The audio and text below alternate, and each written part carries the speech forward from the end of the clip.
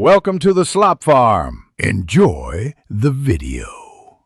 You start by powering down or locking the device so the sensor won't register touches while you clean.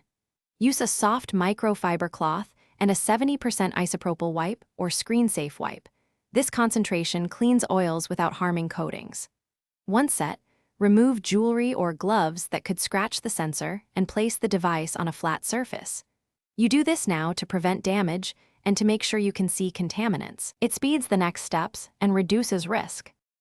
You now clean the sensor itself using gentle, deliberate motions so you don't grind dirt into the surface. First, swipe in one direction with a dry microfiber cloth to lift oils and loose particles. This avoids smearing. Then, if residue remains, use a cotton swab lightly moistened with isopropyl to trace the edges and crevices. Never pour or drip liquid. Once done, make sure to dry the area completely with a clean section of the cloth before moving on. After drying, power the device back on and test the fingerprint sensor by unlocking or registering a print. This confirms cleaning worked. If recognition is inconsistent, repeat the gentle cleaning and let the sensor sit for a few minutes to evaporate any remaining moisture. If problems persist, inspect for scratches or worn coating. These require professional repair.